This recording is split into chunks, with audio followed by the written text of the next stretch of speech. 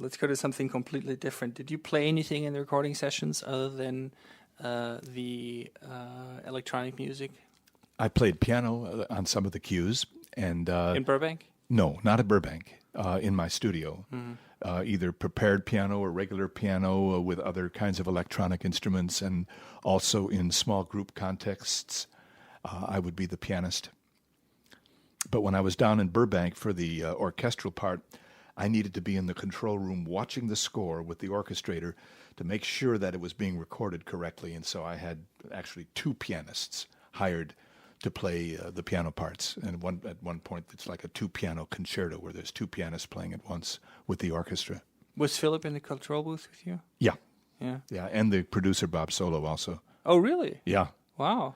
I remember, again, my anxiety and my excitement as this thing started to unfold, just hoping that it sounded like I thought it would sound, and that these guys wouldn't go ballistic saying, "What? You call that music?"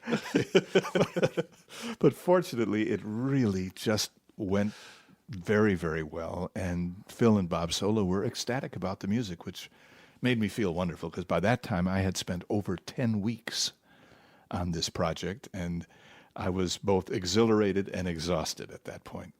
I would imagine. I remember, too, that I was concerned about how these potentially very jaded, expert Hollywood musicians might react to my score. I mean, they're in there every day playing all kinds of music. They read music like you and I read the newspaper. They're that skilled. I hoped that somehow the music might even move, maybe even excite them a bit, even though they were so used to doing this kind of stuff. And there really was a lot of esprit de corps that developed during the recording by this symphony orchestra. They sometimes would applaud themselves after finishing a particularly challenging take. Wow. And I remember congratulating them over the microphone, into the studio. And the vibe was great. And I remember maybe the most flattering thing that occurred during that whole series of sessions was in the men's room. And I'm standing next to what turns out to be one of the lead string players in the orchestra, who says, "Well, I'm sure you've done lots of scores."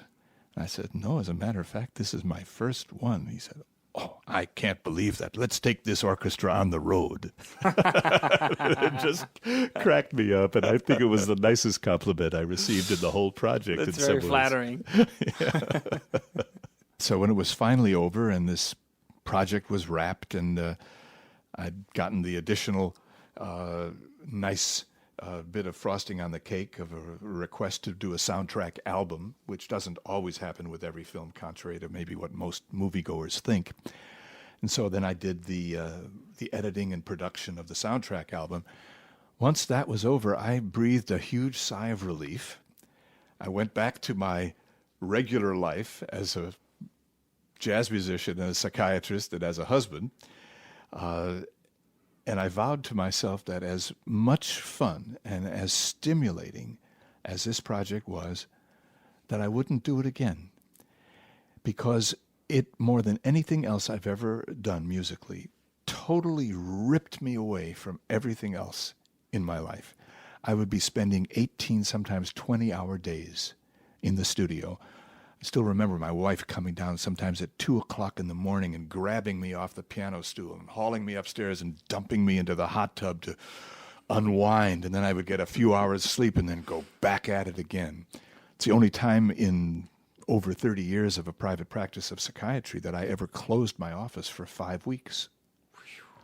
And, I knew this well in advance, so I had psychiatric coverage while I was away, and there was no problems. Nobody was even called. But it still was very disruptive to my psychiatric routine, and it was very disruptive to my life with my wife, Josephine. I mean, I just didn't see enough of her during that time. And there was so much logistics involved, as well as musical issues. It was a very complex undertaking. So when it was over, I did say to myself, boy, I'm very, very lucky to have had an opportunity like this, because I could do another 100 films and I would never have it so good. Mm-hmm. To have such a great director, such a wonderful film, to be given essentially carte blanche to do anything I felt was necessary musically for this film. Nobody ever said a word to me about a budget. They just trusted that I would do what was indicated. That's rare. Extraordinarily rare. And so to end up having that, I figured I'm going to quit while I'm ahead. So I did get some offers afterwards. I just shined them on, and I've really never been sorry. But I've always been grateful to Phil and to Bob Solo for giving me a chance to have such a musical adventure. So there's no chance we'll ever hear a second Denny Zeitlin score? I think it's extraordinarily unlikely. I mean, I'm skeptical of saying never, but I can't imagine myself doing it again. Well, that was certainly very insightful. Thank you so much for taking time to talk. Well, it's fun to be able to share this adventure with people on this CD.